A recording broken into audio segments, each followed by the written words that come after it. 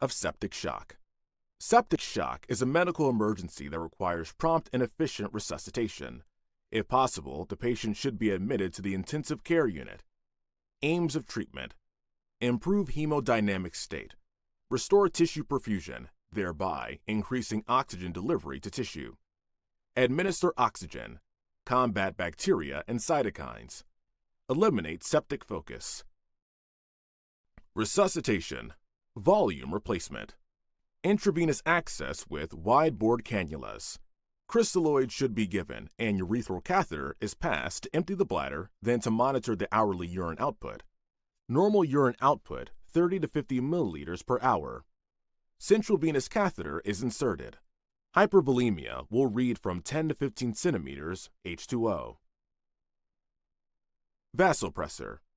If the patient is hypotensive during or after fluid resuscitation to maintain a mean arterial pressure of more than 65 millimeters of mercury.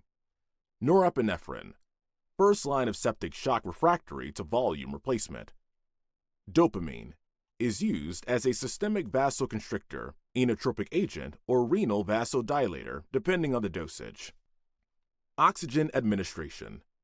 It's delivered by a face mask to increase oxygen saturation, increase oxygen delivery, and uptake by tissues. Antibiotic. Give in large doses via the intravenous route to combat infection.